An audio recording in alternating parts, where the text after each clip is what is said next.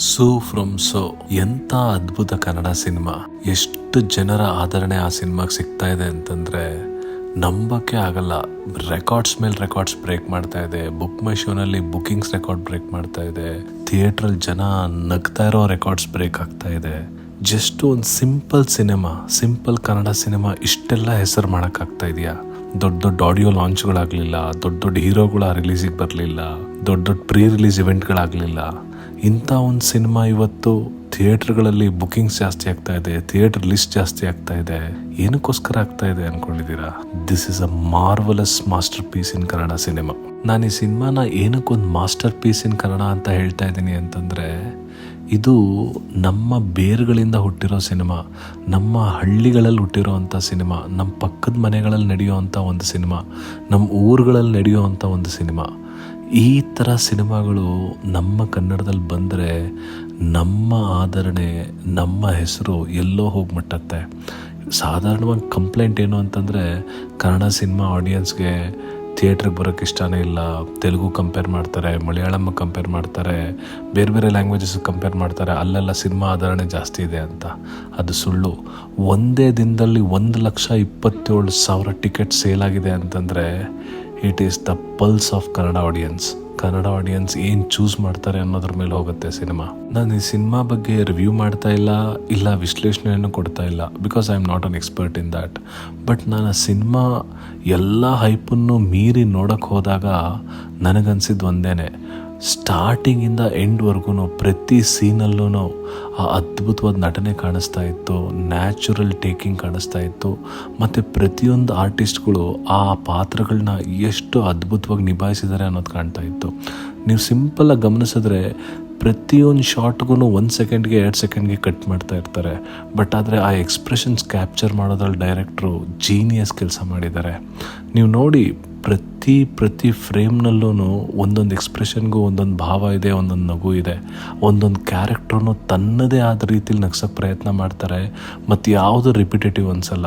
ಪ್ರತಿಯೊಂದು ಸೀನಲ್ಲೂ ಅದರದೇ ಆದೊಂದು ಭಾವ ಉಳ್ಕೊಳ್ಳುತ್ತೆ, ಅದರದೇ ಆದೊಂದು ತೂಕ ಉಳ್ಕೊಳ್ಳುತ್ತೆ. ಮೊದಲಿನಿಂದ ಹಿಡಿದು ಕೊನೆಯವರೆಗೂ, ಅದರಲ್ಲೂ ಲಾಸ್ಟ್ 15 ನಿಮಿಷ ಸಿನಿಮಾ ಬೇರೆ ಲೆವೆಲ್ಗೆ ಹೊರಟೋಗುತ್ತೆ. ಒಂದು ಸಿಂಪಲ್ ಕಥೆನ ಎಷ್ಟು ಅದ್ಭುತವಾಗಿ ಎಂಟರ್ಟೈನಿಂಗ್ ಆಗಿ ಹೇಳ್ಬೋದು ಅಂತ ಕನ್ನಡ ಡೈರೆಕ್ಟ್ರು ಇಡೀ ಜಗತ್ತಿಗೆ ಪ್ರೂವ್ ಮಾಡಿ ತೋರಿಸಿದ್ದಾರೆ. ಇವತ್ತು ಈ ಸಿನಿಮಾ ಕನ್ನಡದಲ್ಲಿ ಯಾವುದೇ ಥರ ದೊಡ್ಡ PR ಇಲ್ದಲೇ ರಿಲೀಸ್ ಆಗಿ ಆಡಿಯನ್ಸ್ ವರ್ಡ್ ಆಫ್ ಮೌತಿಂದ ಹಿಟ್ಟಾಗಿ ಬ್ಲಾಕ್ ಬಸ್ಟರ್ ಆಗಿ ಮಲಯಾಳಂಗೆ ಹೋಗ್ತಾ ಇದೆ, ತಮಿಳಿಗೆ ಹೋಗ್ತಾ ಇದೆ, ಹಿಂದಿಗೆ ಹೋಗ್ತಾ ಇದೆ, ತೆಲುಗುಗೆ ಹೋಗ್ತಾ ಇದೆ. ಅಲ್ಲಿರೋ ರಿವ್ಯೂವರ್ಸ್ ಎಲ್ಲ ಈ ಸಿನಿಮಾ ಬಗ್ಗೆ ವಿಶ್ಲೇಷಣೆ ಮಾಡ್ತಾ ಇದ್ದಾರೆ, ತುಂಬ ದೊಡ್ಡದಾಗಿ ಬರೀತಾ ಇದ್ದಾರೆ. So it all takes to that one particular point. ಒಬ್ಬ ಡೈರೆಕ್ಟರ್ ಆಗಲಿ, ನಟರಾಗಲಿ, ಸಿನಿಮಾ ಪ್ರೊಡ್ಯೂಸರ್ ಆಗಲಿ, ಆರ್ಟ್ನ ಫಾಲೋ ಮಾಡಿದ್ರೆ ಆಟೋಮೆಟಿಕಲಿ ಆಡಿಯನ್ಸ್ ಸಿನಿಮಾ ಹಿಂದೆ ಬಂದೇ ಬರ್ತಾರೆ. ಅದಕ್ಕೆ ಯಾವುದೇ ರೀತಿ ದೊಡ್ಡ CGI ಬೇಡ, ಗ್ರಾಫಿಕ್ಸ್ ಬೇಡ, ಎಫೆಕ್ಟ್ಸ್ ಬೇಡ, ಸಾವಿರಾರು ಕೋಟಿ ಖರ್ಚು ಮಾಡೋದು ಬೇಡ. ಒಂದು ಸಿಂಪಲ್ ಆಗಿರೋ ಕತೆ ತಗೊಂಡು ಅದ್ರ ಭಾವಕ್ಕೆ, ಅದ್ರ ಎಮೋಷನ್ಗೆ ಕನೆಕ್ಟ್ ಮಾಡಿ ಆಡಿಯನ್ಸ್ಗೆ ಏನು ಬೇಕು ಅದನ್ನೆಲ್ಲ ಮಿಕ್ಸ್ ಮಾಡಿ ತೆರೆ ಮೇಲೆ ತಂದರೆ it will be a genius experiment and it will create wonders like Su from So. ನಿಜವಾದ ಸಕ್ಸಸ್ ಪಾಯಿಂಟ್ ಯಾವುದು ಗೊತ್ತಾ? ನಿಜ, ಈ ಸಿನಿಮಾ ಅದ್ಭುತವಾಗಿ ಮೂಡಿ ಬಂದಿದೆ.